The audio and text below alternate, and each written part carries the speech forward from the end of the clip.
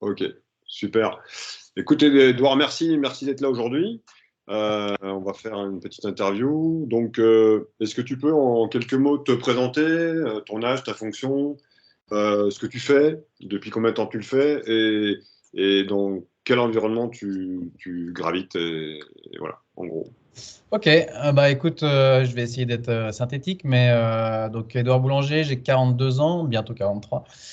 Euh, Écoute, et à la base, je suis ingénieur mécanique français, mais j'ai vécu à peu près 14 ans en Italie et maintenant je suis basé en Suisse depuis 4 ans.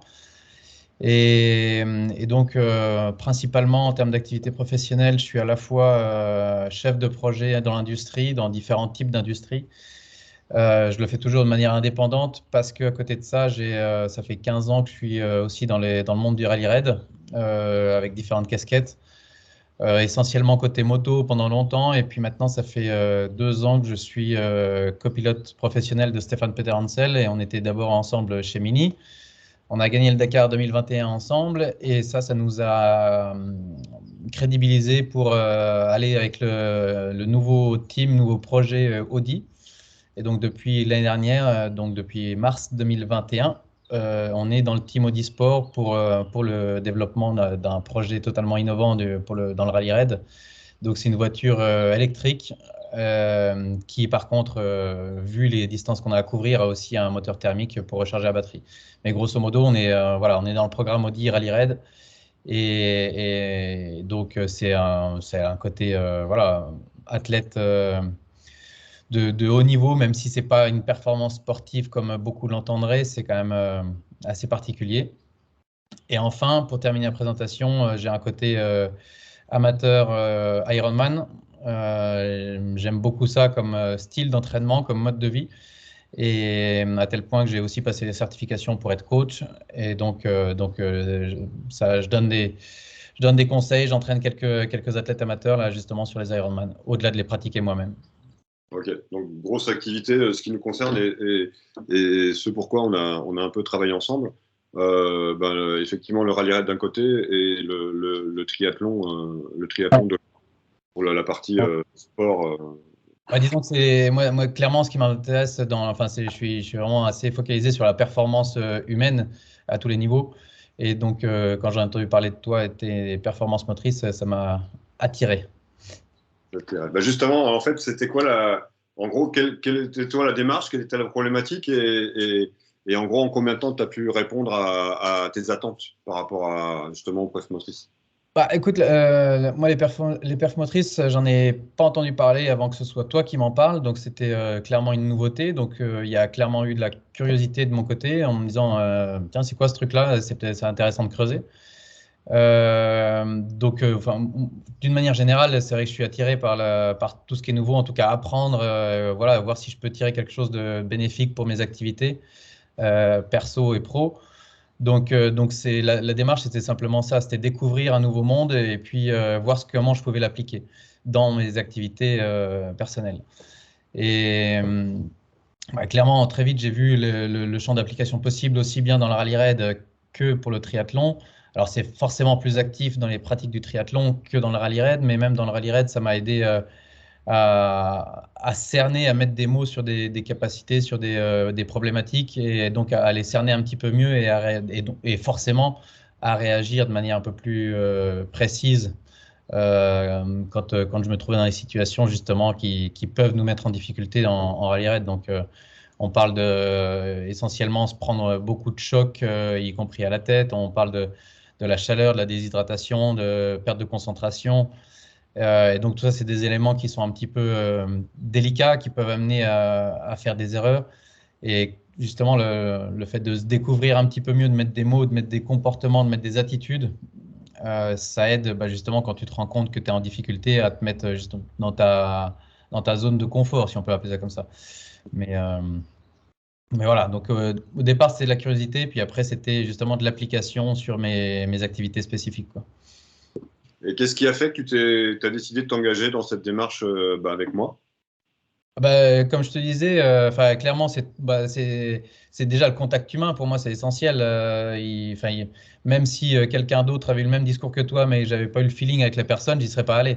Donc, au-delà du discours, il y a clairement le feeling humain qui, pour moi, est essentiel. Donc c'est pour ça, je pensais que voilà, le contact, c'est toi qui avait initié le contact, et puis on a commencé à parler d'autres choses avant d'arriver sur la performance motrice. Et donc, euh, comme tu me l'as raconté et par toi, c'est sûr que ça m'a attiré. Mais donc, je pense que c'est vraiment un binôme.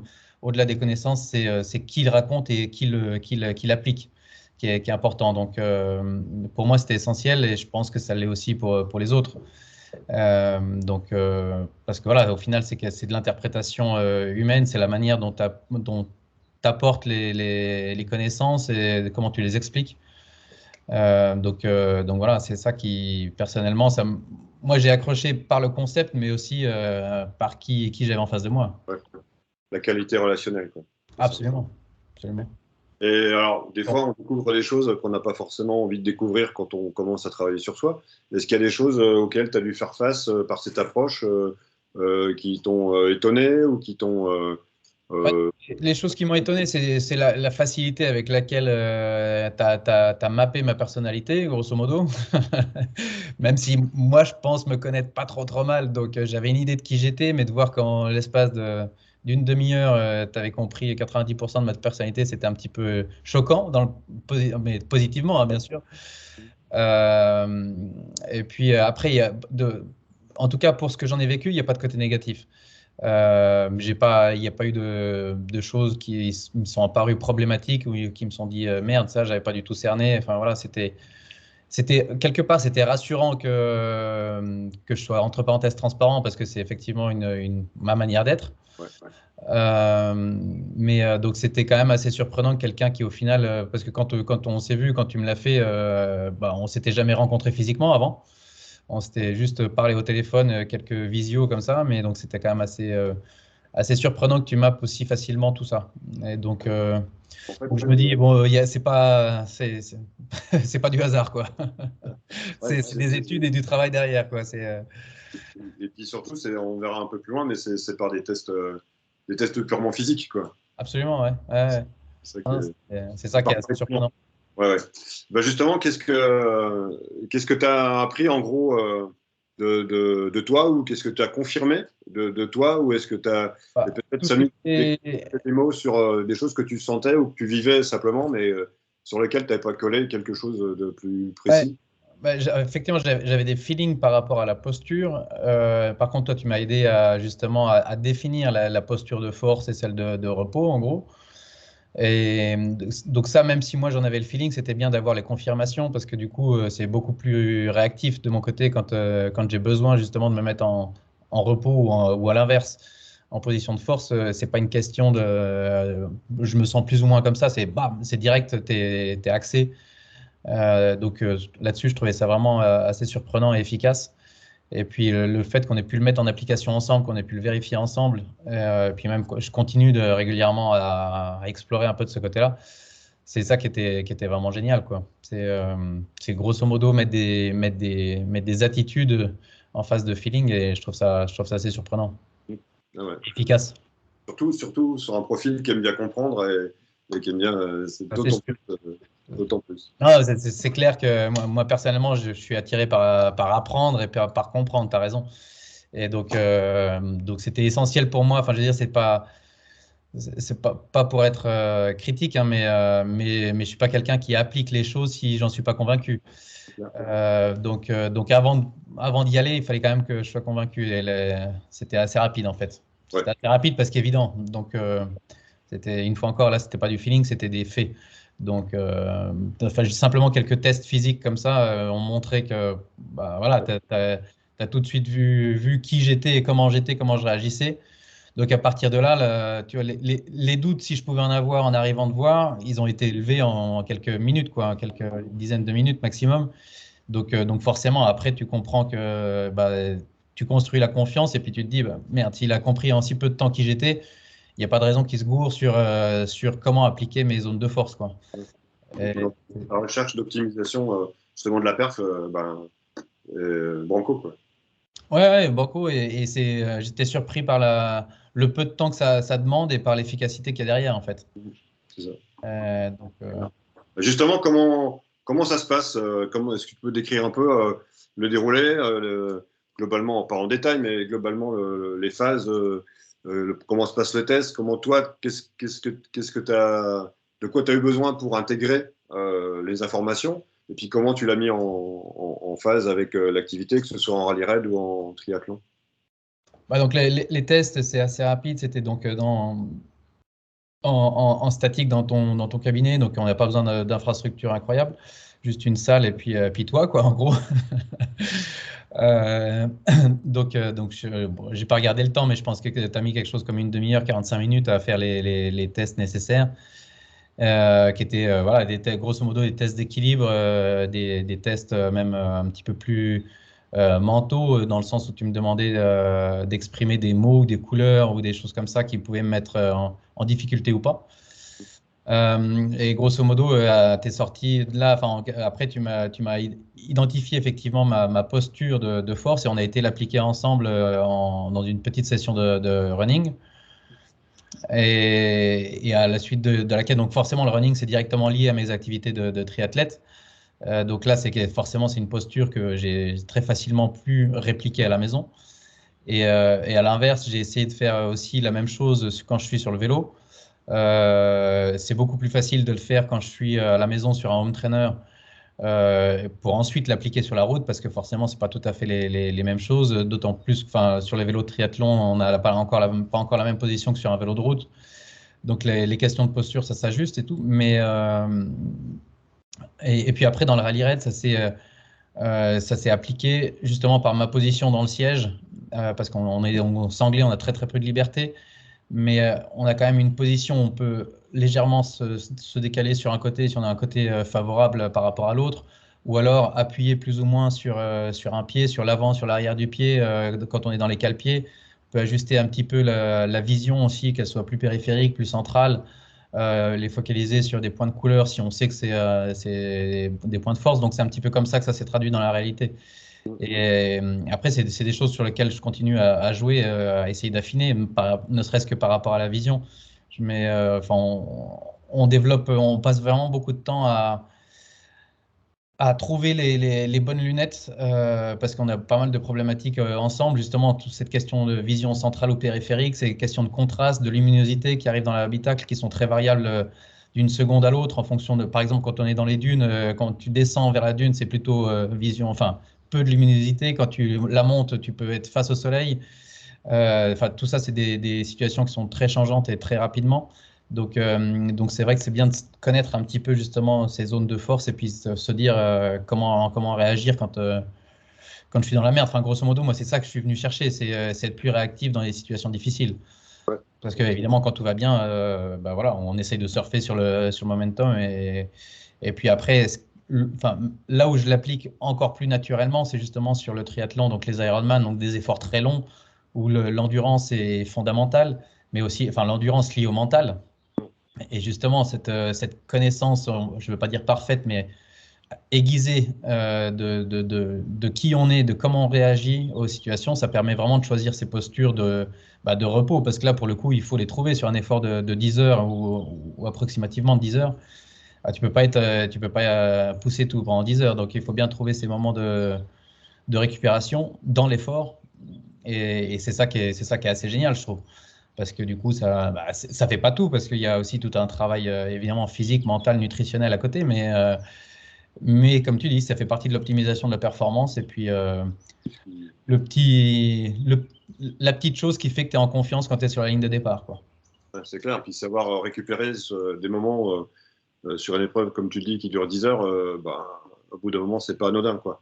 Et Non. donc, effectivement, si on peut, par juste une posture, un positionnement, ou simplement l'idée même d'avoir ça en soi est un facteur effectivement favorisant. Justement, tu as déjà un peu répondu, mais s'il y avait quelque chose que tu avais obtenu grâce à ça, ou quelque chose de marquant pour toi, ce serait quoi? Alors peut-être c'était ça la réponse déjà, ou peut-être J'ai partiellement répondu, mais dans le sens où c'est vrai que ça me facilite énormément la pratique du triathlon parce que ça me donne vraiment mes postures d'attaque et de repos.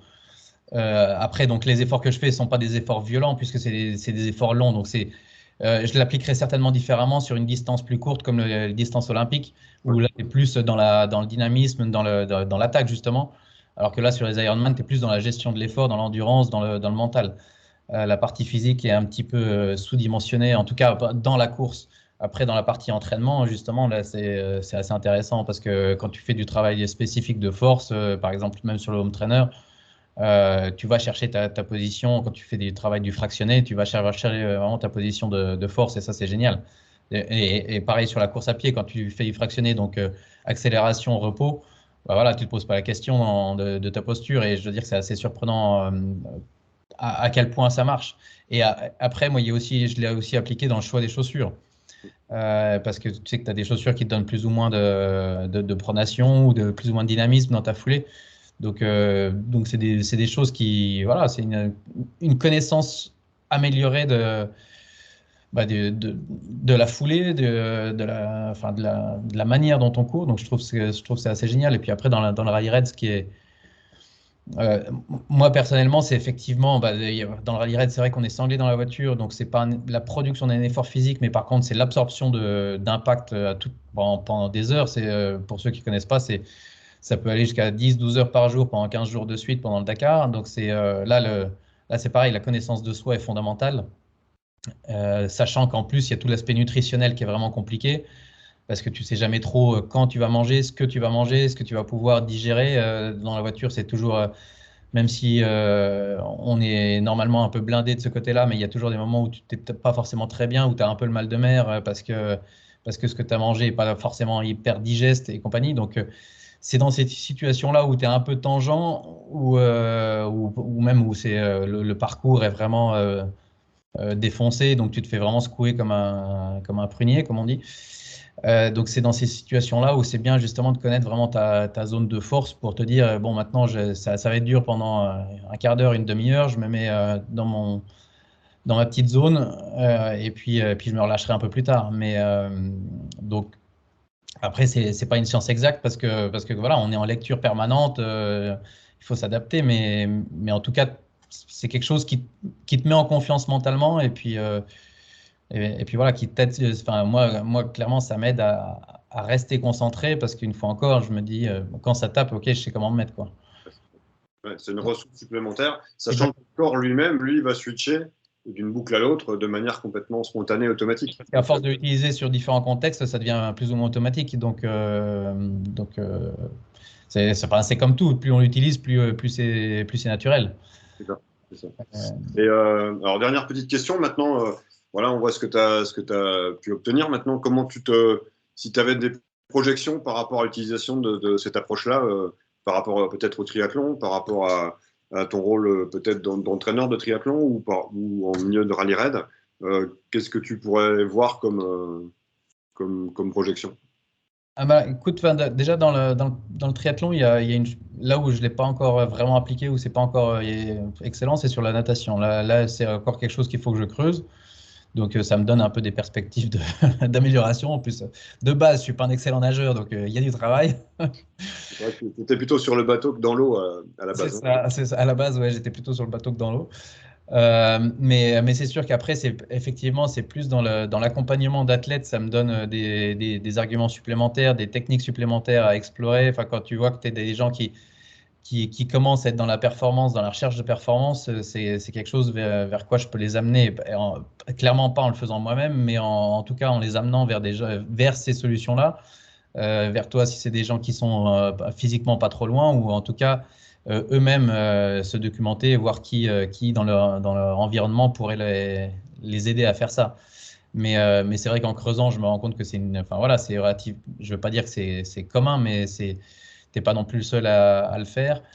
Et donc, au final, ça permet à tout le monde de trouver enfin, voilà, la personne autour de lui qui peut le guider dans cette pratique-là. Donc c'est vrai que moi, c'est quelque chose que j'ai découvert et que je partage facilement parce que je vois que c'est efficace. Et que ce soit au niveau amical ou que ce soit au niveau coaching, c'est sûr que ouais, enfin, de toute façon, ça fait partie de ma personnalité. Moi, je vends pas du rêve, je vends des choses que j'ai testées et qui marchent, enfin, que je pense qui marchent. Donc c'est sûr que là, ça fait partie des choses que j'apporte facilement dans une discussion en disant essaye ça si tu sens que ça coince dans un sport, dans un moment du mouvement, ça peut être intéressant de creuser, quoi. Écoute, merci beaucoup pour ces retours d'expérience. Un super moment. Et puis bah, j'espère qu'on aura l'occasion de creuser encore un peu plus l'épreuve motrice et le mental, que ce soit en rallye raid ou en tri. Merci beaucoup, Edouard. Je t'en prie, Stéphane, au plaisir.